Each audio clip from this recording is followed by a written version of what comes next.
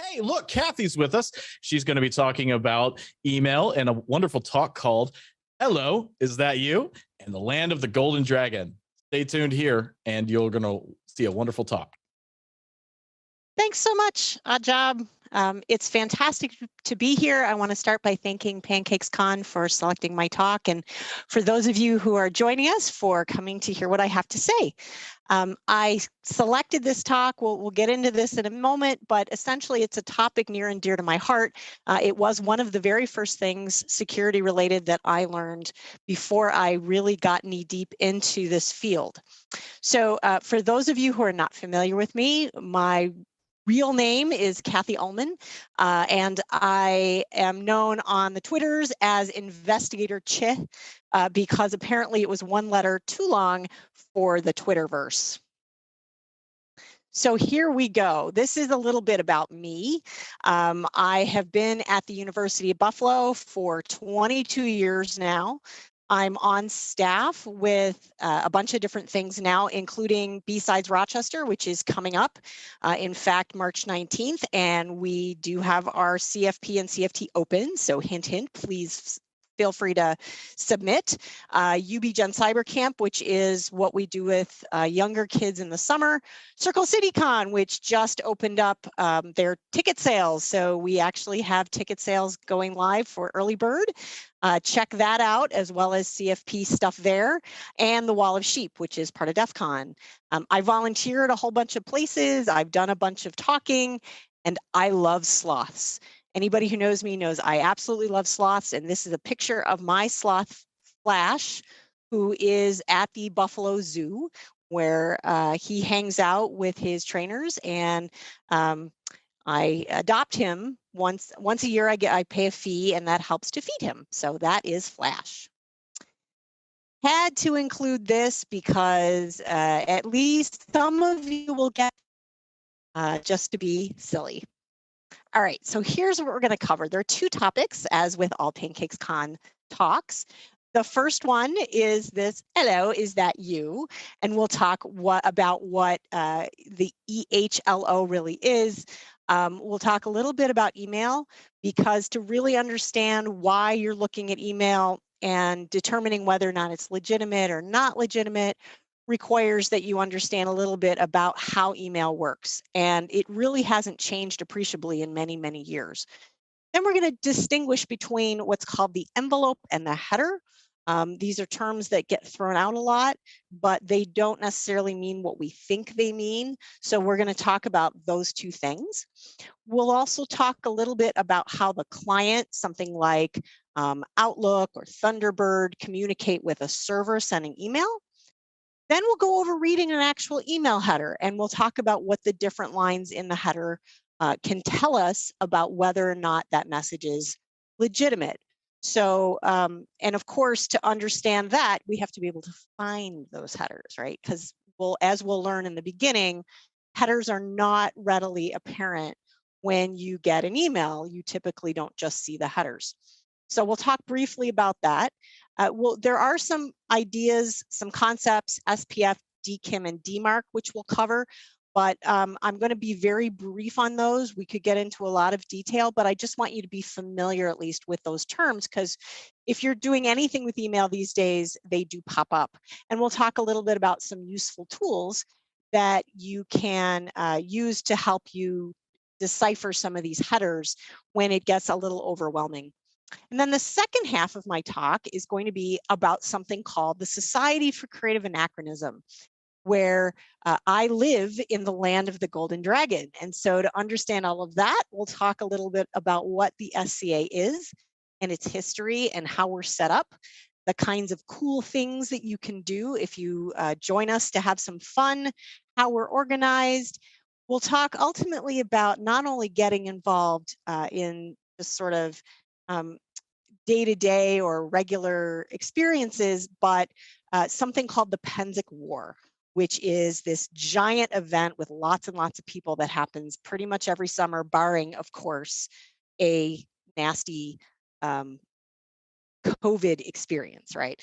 And then we'll talk a little bit about personas and get into all of that. So here we go.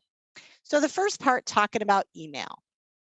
The thing to understand about email is that email was meant originally just for basic communications. When it first started, the first email was sent in 1965. It was in one single machine. So a person would sit down and they'd send a message, and that message would sit and wait for the next user of that same machine. And it was not meant to go anywhere outside that machine. So if you think about that, it's very specific, right? You know exactly who's coming in, you know who's going to potentially see that message. It doesn't go anywhere.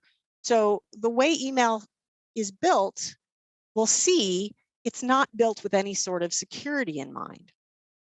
The first real email where it actually goes somewhere, it goes to something called ARPANET.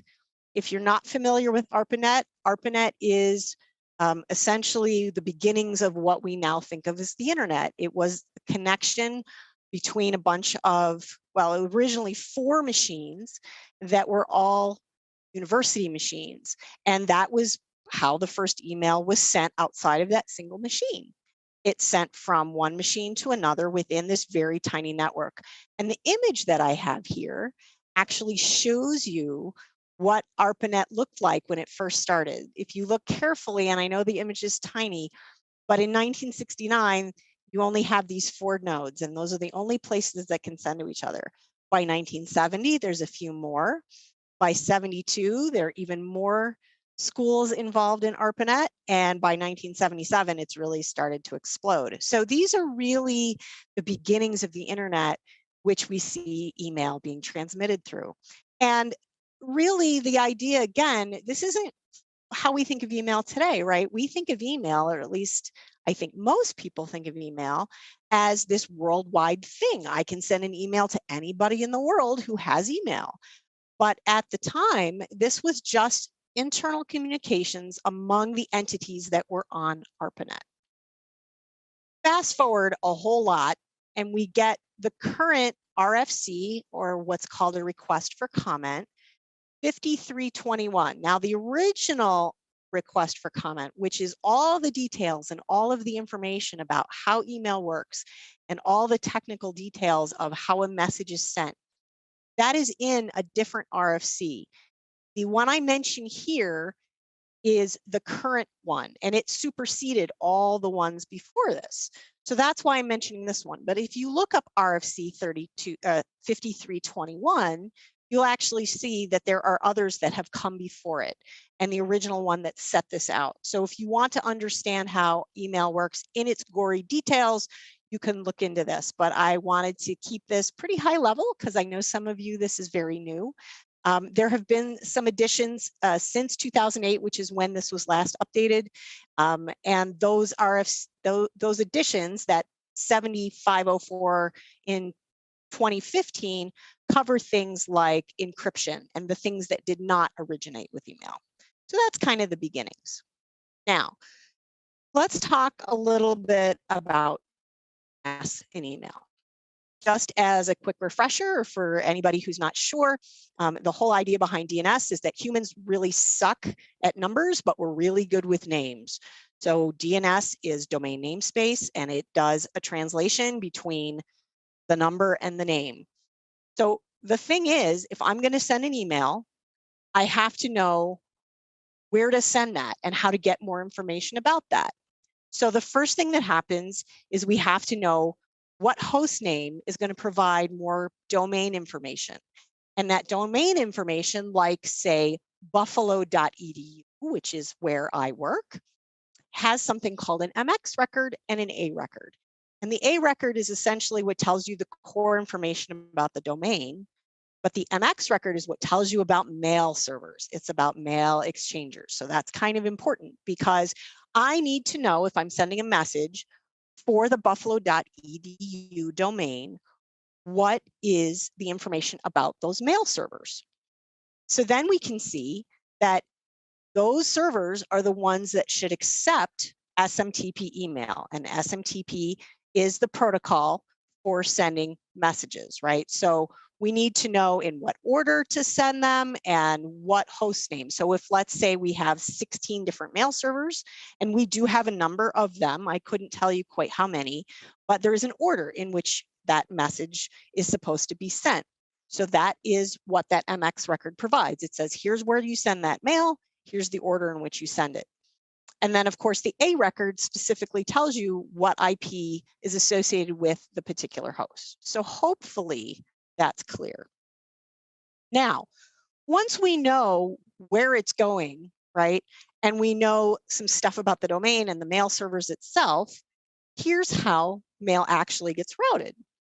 So you send mail to user at, in my case, buffalo.edu. It does that NS record. It looks for what example.com, or in my case, buffalo.edu would be. And it says, give me all of those MX records. So tell me where I can send this. What is the address for these mail servers? And first it finds the A record so that it knows what IP addresses are for the MX record. If it doesn't find an MX record, if it doesn't have a particular record for a mail server, but it has that A record that says this is the domain, it will just send that message straight to the IP. And those little fiddly details aren't necessarily really important for what we're going to be doing, but I wanted to just cover kind of the background, and we'll see why in a minute, I hope. Okay, so I mentioned SMTP.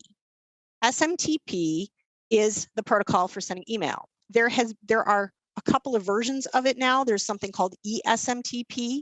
And for our purposes, these work more or less the same. But one of the differences is that the original SMTP, we'll see in a moment, there's a conversation that goes on between the client and the server. And the client first sends a message to the server that's HELO. It's literally a conversation. With ESMTP, we see EHLO. So that's probably the biggest difference in where the title of my talk actually comes from. So let's talk a little bit about the envelope versus the header. It's intuitive if you've sent mail versus, mail in the traditional postal service. You know, you get an envelope and you put a piece of paper in it, you send it to somebody. It's tempting to think of the envelope as the thing on the outside that you can see. But the reality is the envelope is what is created when the exchange happens between the client, so again, Outlook, Thunderbird, and the server, something like Exchange or any mail server that is out there. So what you don't see is the envelope unless you happen to be watching that conversation. So it's part of that message creation. When SMTP goes to actually send the message, it throws this away. It just needs it initially because it has this mail from and receipt to, so your sender and your recipient, and it's going to use that information to route the message. And it's going to do that routing via DNS, like we just saw a moment ago. But as I said, we don't see that. So the only way we would know this is happening is if we're sniffing the packets and we see this conversation. Now, because of this, it's very easy to forge because the end user who gets this message, they never see this. So they don't realize that who the mail from or the receipt to, that can be changed on the fly as the message is being sent. And this will make way more sense when I get to the next slide. The headers, on the other hand, they are in the message, but usually your user won't see them. You have to usually change something in the message, go into an option setting. We'll see this in a minute. And that's what allows you to see these headers. So these are written line by line as a message goes from one server to another, because when mail is sent, it doesn't literally go from server A to server B. There's usually a couple of servers in between that are helping it get from point A to point B. And we'll see that in the headers that I show you. And again, it's not immediately visible. You can forge headers. It's just a little trickier. You need to have the right setup to do that. All right. So what does this all lead to? Well, if you get the question, as I frequently did when I first started in this field, is this message legitimate? Sometimes people think when they receive a message that the from field is without a doubt accurate. That's not an unreasonable thing if you're not a technical person, right? However, the reality is that from field can be set to come from anyone, anywhere. Let's see how that works. All right. So here's this dialogue that we're talking about, right? So the green side there, that's your client, and the blue side is your server. So the client says, in this case, EHLO, and asking for that domain. And a mail server at the domain says, I can process that message. So then the client starts that process and says, I'm going to send mail. It's coming from this address. Now you'll notice there's nothing here to prevent somebody from literally putting anything they want in that mail from field. There's nothing by default in email that does any kind of authentication or, determines this is really coming from, in this case, bill@gmail.com. And this is what a lot of people don't understand. So when they get a message, and we'll see ultimately the from that they're seeing isn't actually the from here, it's in the data. We'll get there in a minute. They assume these things are all legitimate. All right, so we have these first two lines. This is the envelope. Remember, we talked about the fact that this is the message, who it is from, and who it is to. This is part of that conversation. This is not the message itself. This is the envelope. When we get to the section where it says, here's the whole message, that data section, that is the message. And that will typically have a from and a to and a subject and a date field.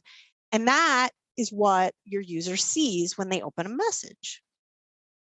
Consider for a moment, if I send the message so it looks like it's coming from bill@gmail.com, and in that data portion, it says from bill@gmail.com, it may look as if it legitimately came from bill@gmail.com, but we know that the information can be changed to be anything you want it to be. It's not simple in the sense that you have to have a mail server you can send all of these things through, but it is absolutely doable.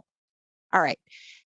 Because all this is taking place in this conversation and there's no security mechanism by default in place, that means when I get to the data portion, I can put anything I want. And that's what your end user is going to see. So once this conversation ends, then it terminates. So I got all that. I'm finished now. Goodbye. So hopefully that makes sense, that this is the conversation between those two entities. So I'm giving you a real example. This is an email message that we received at the university from somebody asking, is this legitimate? And if you spend a moment here and you read through it, it appears as if it is a job opportunity for a student. Now, what's interesting is that the reply to address, if you look carefully, is not a Buffalo EDU address. So that's a little weird. And sometimes in the client, we see a reply to, sometimes we don't. Sometimes clients will cut off other pieces, just depends on how they're configured. But what is confusing about this, if you were to go to my university and you looked up somebody named Ryan Austin, you would see this individual does in fact work at the university and is a research analyst. So you might think, oh, this is completely legitimate. But let's look at the headers. Now, for any of you seeing this for the first time, I guarantee that there are other folks out there. If you're feeling overwhelmed, that's okay. This is an overwhelming bit of information if you've never seen it. If you have seen it before, your eye should immediately go to the bottom of the screen. Why is that? Well, we read email headers from bottom to top, not top to bottom. And that is partly what can be very confusing about this. So we see at the very bottom, we see our from and our to and our subject and the date. All of that is the stuff we saw here, right? This is exactly what we saw: from, subject, date, to. Now, in this header, to protect the innocent and at the request of my employer, you will not see real email addresses. You will see recipient and you will see sender. And again, I've done that at the request of my employer, but I've left the rest of this alone so you can actually see exactly what's happened here. So for reading from bottom to top, we start with the received from. The very first received from is what you're always looking for. And that's highlighted here. So we can see received from 160.116.189.12. That is the system that sent this message. And we see it was sent via port 51195, and it said hello to with this string. It was received by Bonneville.website welcome. That should be a huge red flag, because I don't work at website welcome. I work for the University of Buffalo. Again, if we go back quickly and we look at this message, it's supposedly from somebody at the University at Buffalo. So coming back here, we read this again, bottom to top. So if we follow the next few lines, we see that the next jump, remember I said that email messages go from server to server to server. We see that it was received from that Bonneville site by something called SMTP. That's presumably a machine. And then we look at the next line. That machine is really probably this cm11.websitewelcome.com. And that gets received by their gateway. Hopefully you're following this. Now, the next bit, once we get up to where our systems at the university accept it, this is where it gets a little complicated. And it's complicated because you have to understand how our email system works. And that is that we accept email that ultimately goes to Gmail for our students. So that's why you're going to see Gmail involved in this in a minute. So if we go up to line 35, we see that the message is received from the gateway, website welcomes gateway, and by our mail server. So mx2.mail.buffalo.edu, which is a relay, and it is going to pass it up to Google. Now, we have a bunch of lines above that, which ultimately walk us through checking to see whether this message is legitimate or not. And we'll talk a little bit about this when I get to the slides about SPF records. And then ultimately the message gets sent to Google. But and Google, in fact, is where our student mail is. And if you look at the very top, you will see the message is delivered to recipient at g-mail.buffalo.edu, which would be, if it had the real name, a legitimate address. Okay, so hopefully that makes sense. So how do we know that this message did not actually come from this Ryan Austin person? Again, there are a bunch of things we can look for. We saw the header. It's appended to at each mail exchange point. So each server where it gets passed along from bottom to top. So remember, I like sloths. So reading from bottom up, you're going to read it the way a sloth would, from bottom to top. You're going to look for that first received from. So in some cases that requires scrolling all the way down because there's a lot of stuff there. And then we're going to look for inconsistencies. Remember, we saw that weird reply to, and we saw that message, we saw even that weird reply to wasn't university. We saw the website welcome piece, which has nothing to do with us, University of Buffalo.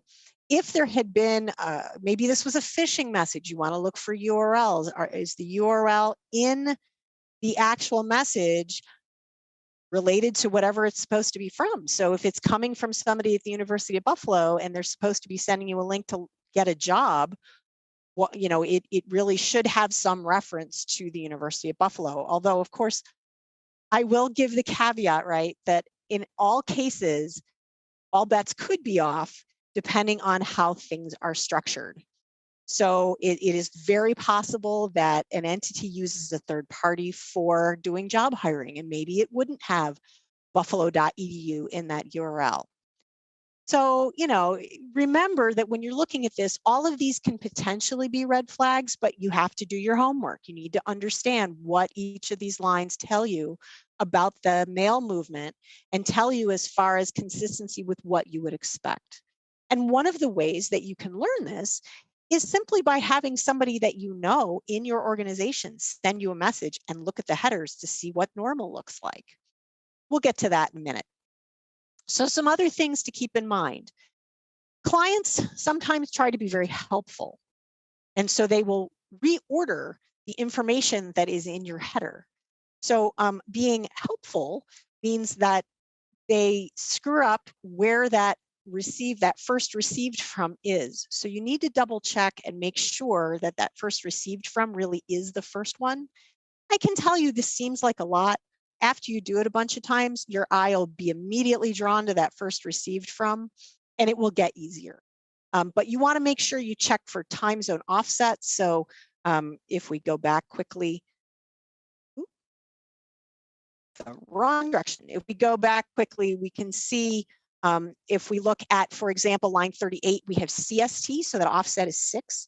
And if we look at line 36, so 38 and 36 have different offsets, they're different time zones. So that's what I'm talking about there. All right, so don't forget about the human element. If you're trying to determine, is this message legitimate, and you know who it's supposed to be from, you can always pick up the phone and call. You can always check with an organization, even if you don't know the individual. Even in the job that I have, because we have departments that sometimes send messages through these third-party services, and they do it legitimately, but I'm not aware of the fact that that's what they do, I might call the department and say, hey, do you use MailChimp? Do you use one of these third parties? You know, would it be something that I should expect to see? Because you may not know for that organization. So never, you know, feel like you can't pick up a phone and just ask. And especially if this is coming from something like a bank or, you know, an organization that's selling you something, that could be critical. All right, so finding and setting the headers. I provided information for 3 very common things used as clients. So Gmail, Outlook for Windows, and Outlook on the web or the Outlook web app. I'm only providing these as examples. There are a gazillion different clients that can be used. I mentioned Thunderbird before. You know, there's lots of others, and every version of every one of these applications has their own magic for finding the headers. So if one of these things is not what you're using, or even if you are using one of these things and these directions don't look familiar, it may just be the version that you're using is a little different. So, you know, Googling is your friend here, and that may be what you have to do. One easy way to get headers from somebody who's not technical is if you can get them to create a new message and take the message in question and literally just click and drag it into that new message and send it to you, you usually get the headers that way. So, you know, pro tip, that's one easy way sometimes to get non-technical people to help give you those headers. But this can be very challenging. So, you know, Google is your friend here. So these are the mail concepts that I said I would mention at the end. SPF, DKIM, and DMARC are additions to email because people are spoofing email all the time, right? I mean, I wouldn't be having this talk with you if that weren't an issue, if people didn't ask me, is this legitimate? Is this a real job offer? Is this a real invoice? You know, one example that my father used to run into all the time, and he ran the computing center at the college where I grew up. Somebody would receive a message supposedly from somebody in the same organization, and they would be terribly upset because what was in the message wasn't very nice. And they would say, how could you send me this horrible message? And again, it was just spoofing, right? The message is made to look like it came from that person, because as we saw, there's nothing to prevent you from putting something in the body, the from message, as from somebody else, or even putting that from in the header, or I'm sorry, in that conversation in the beginning, and also in the header. But again, that's a little more challenging to change. So it will look like it comes from somebody, and they may not realize it. I've certainly run into cases where I have users who think they've gotten a message from their own account, only to find out it was a case of spoofing. So all of these things are actually meant to help prevent that sort of thing.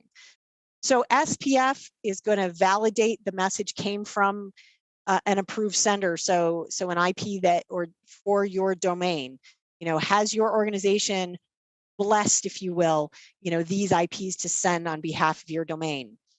DKIM uses a digital signature, adds it to the header. Did this really come from where you think it did? And DMARC uses both of these things, but they're all meant to help with spoofing. And again, I don't want to spend a lot of time here because these are somewhat complicated, but I will tell you, not all organizations use them. Some of them set up, for example, SPF records, but they don't use them to actually prevent messages from being sent. They just notate the header that there is SPF information there. So if you're interested in these topics, please, by all means, go ahead and take a peek at them. Here are a handful of tools that can be very useful. If you're looking at a header and you're confused, the MX toolbox can be great at helping break down that header. If you had if you've ultimately had a message that has gone through a client where it's done some tweaking and put things in a different order, it can be even more confusing. This may not help. Domain Dossier is a great site that can tell you about particular IPs and domains. So if you're using a service like you know, Microsoft Exchange Online or Gmail or something, and you don't know about a particular IP, you can look that up. If you have encoded stuff, you can look at that in CyberChef, and you can actually decode it. And then there's another tool called Message Header Analysis, which is similar to the feature in MX Toolbox. And if you're like me and you get to the point where, as much as you love technology, you want to get completely away from it, one place that I can go is the land of the Golden Dragon. So the land of the Golden Dragon is part of the Society for Creative Anachronism, the SCA. It is a worldwide living history group where all ages learn about history. We recreate the arts and skills of pre-17th century Europe. So I've got some pictures of folks doing fighting and fencing. You can see we have children involved. The picture in the center at the top there is myself and my husband. That was actually one of the first years that we were together. That's how we met, was through the SCA. So here's a little bit about the background of the society. It was founded in 1966. It was essentially a party. We're now the largest reenactment group in the world. We consider the known world, which is basically all the chapters that are all over the world. And those chapters are called kingdoms, and there's 20 of them. And those can be further subdivided into local groups. As you can see, cantons, shires, baronies, there's even other groups that are smaller. And this is what it looks like with all the different logos for the different kingdoms. And we will see momentarily that where I live is in the kingdom of Ethelmark. So the kingdom of Ethelmark is on the left. Within the kingdom of Ethelmark, I live in the barony of the Ridric Hale, which is also known as the land of the golden dragon. As you can see, the dragon is part of the arms that we can see on the right there. So we will see momentarily, this is the kingdom. This comprises in the real world Central and Western New York and Pennsylvania and all of West Virginia. So each kingdom subdivides the actual, like the United States or Europe into these smaller spaces. So what do we do in the SCA? Well, pretty much anything that happened in that time period, pre-17th century Europe, somebody researches and recreates. And yes, I get the question all the time, what about the plague? Well, I'll tell you, the plague is something that I spend a bunch of time researching too. Now, we don't try to recreate the plague. That would go badly. But you literally can do just about anything. This is such a tiny subset of all the things that we have to do in the SCA. It's amazing. And pretty much any kind of hobby that you have today, there's probably something, some equivalent that's related. If you like knitting, we had fiber arts, and that was, the history of some of this stuff. So it's pretty cool. This is how we're organized. We have royalty, and the royalty are chosen by a heavy martial combat. So we have what's called crown tournament every 6 months, and who wins that tournament, they get to be the royalty. So traditionally it's been a king and queen, but we have had in the recent past, we have had couples that were in the tournament that were not necessarily king and queen, but king and king, or except that's not the verbiage that we're using in those cases. It's the king or queen and their consort. And we do make adjustments for folks who are trans and, however they want to be known, we make accommodations for that. Beyond the royalty, we have what are called landed nobility, and those are chosen by the populace vote. So this is for the smaller groups, so at the next level down. So for example, the barony of the Ridrick Hale, where I live, we have a baron and baroness. And they swear fealty to the royalty, but it's like any other club, right? The baron and baroness essentially are the folks who are giving out awards. The local level, the king and queen, they give out some awards at that level. And they represent the kingdom in its larger interests. But we do have operational officers. So these are more like your traditional folks that run an organization. So we have a president, they're known as a seneschal. We have an exchequer, that's what we call our treasurer. And then we also have, these are the other things that are required. We have to have an A&S minister, so somebody who oversees the arts and sciences.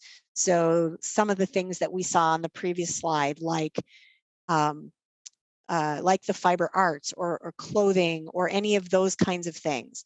We have what's called a knight marshal, and a marshal in our setting is really just a referee. But the knight and fencing marshals oversee, they're responsible for the folks who are playing those games, if you will, so fighting or fencing. And if you want to get involved, again, we have chapters all over the world. Odds are pretty good. Wherever you are, we are too. There are typically local practices. They're either free, there may be a small donation requested. It's usually to cover the site. So where we have fencing and fight practice, that does cost us money, so we ask for a donation to cover that. But where we have thrown weapons practice, that's someone's backyard. So because that's someone's backyard, unless they have a need for some reason, there's something they need to help upkeep their space, that's usually just free. I know our archery folks during the summer go to an archery range outdoors and indoors in the winter. And again, they have a small donation just to cover the space. But there's everything from these martial arts, music, scribal guild, and then we have what are called events. And events are these social gatherings, and anybody can attend them. You don't have to be a member, but there is a small fee associated with them. If you are a member of our group, you do get a small discount because true members are paying members. That's how they're seen. But what's fun is there's no pay to play. I mean, like I said, some of these practices, you need to pay a small fee to get in the door because it's a, it's a business, like the archery shop, for example, or we need to cover the costs of the rental of the space. Now, the biggest event that we have in the known world is something called PancakesCon, and is a huge camping event with about 10,000 people. So not even as big as DEF CON if you've been there, but it's really large. These are some pictures of the PancakesCon War.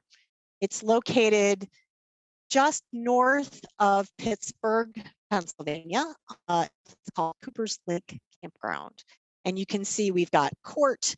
You can see the photograph on the right shows you just how big this is. It's huge camping space. And we have everything from shopping to the arts to, fighting and fencing and all the things that I've mentioned already. So to play the game, most of us eventually create what are called personas. And this is a picture of me. My clothing, which we refer to as garb, changes kind of depending on what event I'm attending or what I'm doing.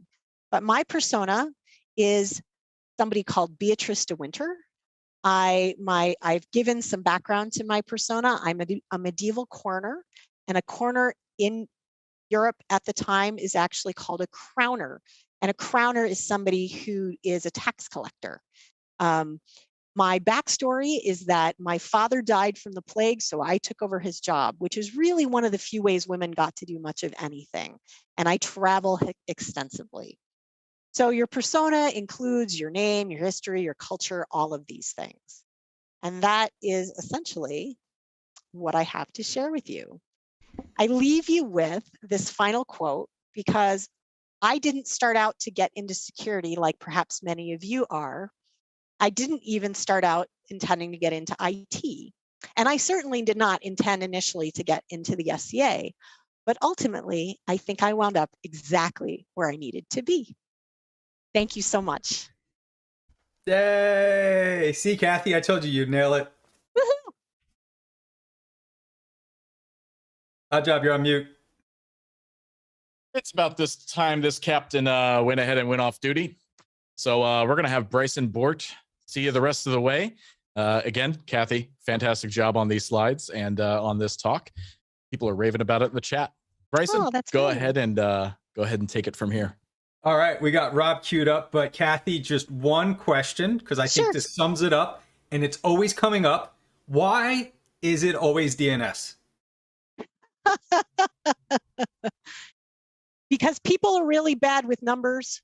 So we want to give them those fancy names. And when that connection breaks down, it breaks everything.